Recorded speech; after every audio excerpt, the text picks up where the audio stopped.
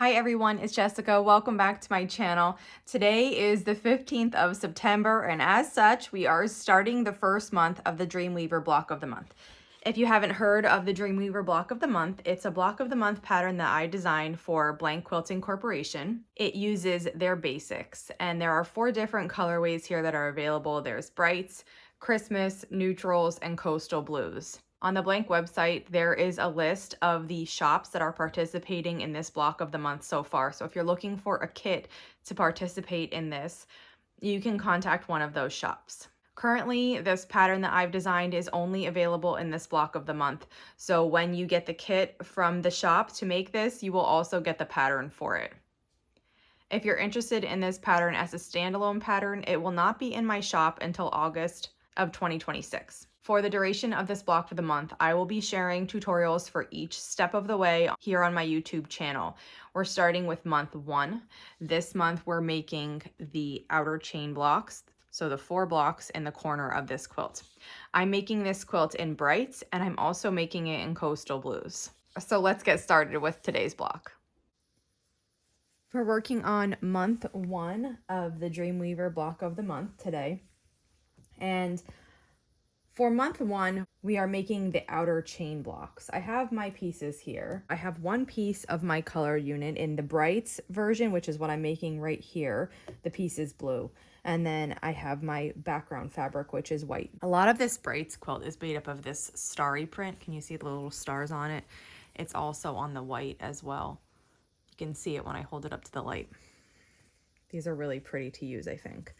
So the first thing we do is we take our strips and we're going to sew across the whole length of the strip. When I'm making strip pieces like this, I like to turn my stitch length down. Right now I'm using a 1.5. And what that helps to do is that later when we cut this apart, it helps to have less of the stitches come apart. If you have larger stitches and then you cut, the chances of you cutting in the middle of the stitch or somewhere in that stitch where it will open then, they're very great because the stitches are so long, it's probably going to happen. When you do shorter stitches like this, you still might cut in between a stitch, like right in the middle or right in between 2 of them, and that little stitch might open up. But because it's so small, it doesn't unravel the same way a large stitch does. So whenever I am strip piecing, I always turn my stitch length down. I'm almost at the end of this now. And then I'll just cut the thread.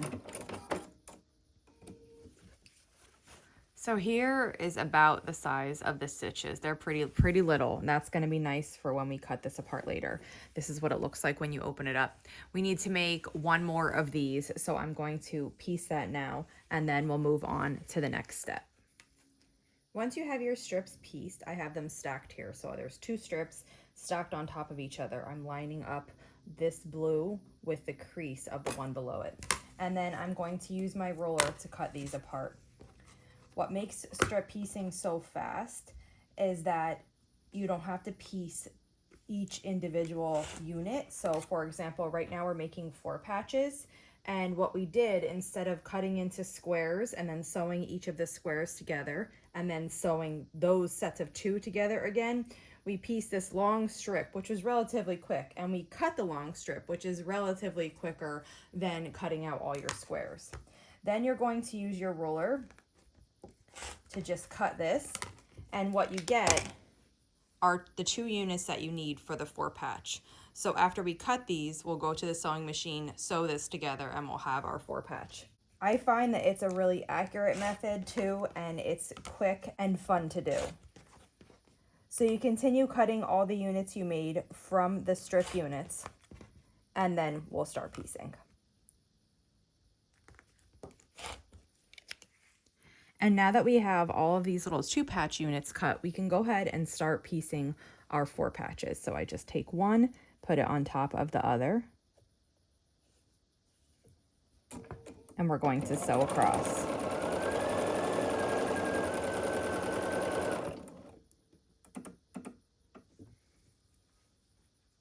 I usually put my stitch length back to normal here. I'm sewing around a 2 right now, and it's just because we don't need it as small. So let me show you the back. You see the stitches here.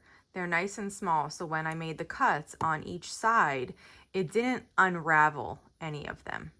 Now, the more I am to bump and knock this, the more likely these couple on the end will come out. If they do come out, I would recommend just folding this back up and sewing across then, because you don't want that falling apart before you have your blocks constructed. But if you're careful and you don't handle it too much and you do this right away instead of waiting and having the project get moved around a bunch of times before you actually work on it, those stitches usually hold really nicely. And now that we're going to be sewing these together, and we're not going to be cutting along the block anywhere anymore, like when we cut the strip pieces, we don't need to have that smaller stitch length if you don't want. It won't hurt anything if you do like to keep it smaller. It's just, I find that it's not exactly necessary. So you'll piece all your 4-patch units, and then we'll move on to assemble the block. Now each pattern for each month of this block of the month, the units that are listed in the month, they tell you how many to make for all of the blocks that you need to make this month. Right now, we're just going to make one of them. So I have my 4-patch, and I have a rectangle here of the background fabric. And I'm going to sew the 4-patch on. And this piece is called the center side unit. For all of the blocks this month, we need to make 8 of these. But for one block, we just need to make 2. So I am going to piece my 2 right now so that we can assemble one block together.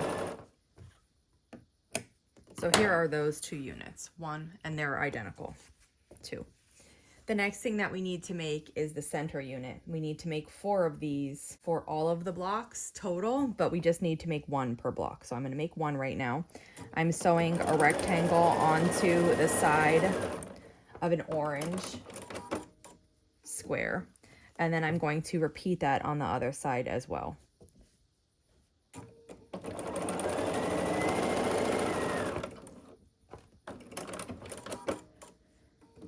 Now we're going to make the block center. So for the block center, we have the center unit that we just made.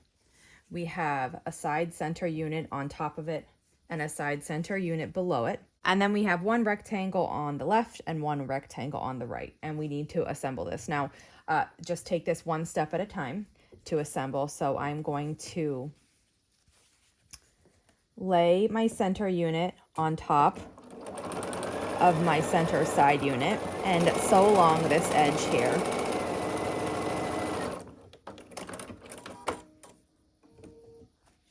When I open that up, this is what it looks like, and then we're going to sew this one onto the bottom part.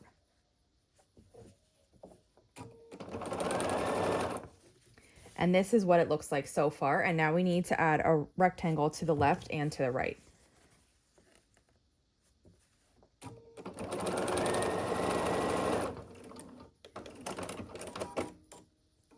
This is what our block center looks like. Now we need to add a piece to the bottom and a piece to the top. So let's make that next.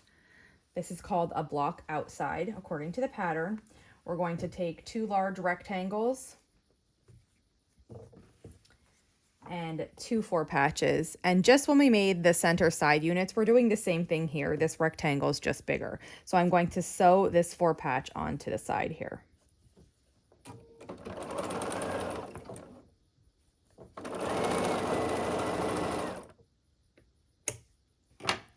Okay, and then we need to sew the block outsides to the block center. So if I have the block like this, we're going to have 1 up top like that and 1 on the bottom like this. This is a good time to stop and make sure you have everything laid out correctly. The blue should be forming a chain connecting with this orange into the center and then continuing on with the blue. So it's a diagonal chain running through the block.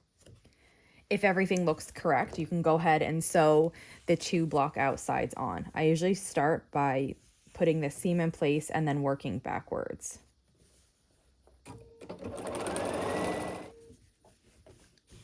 And then we'll repeat that on the other side as well. And our first outer chain block is complete. So this month we need to make 4 total of the outer chain blocks.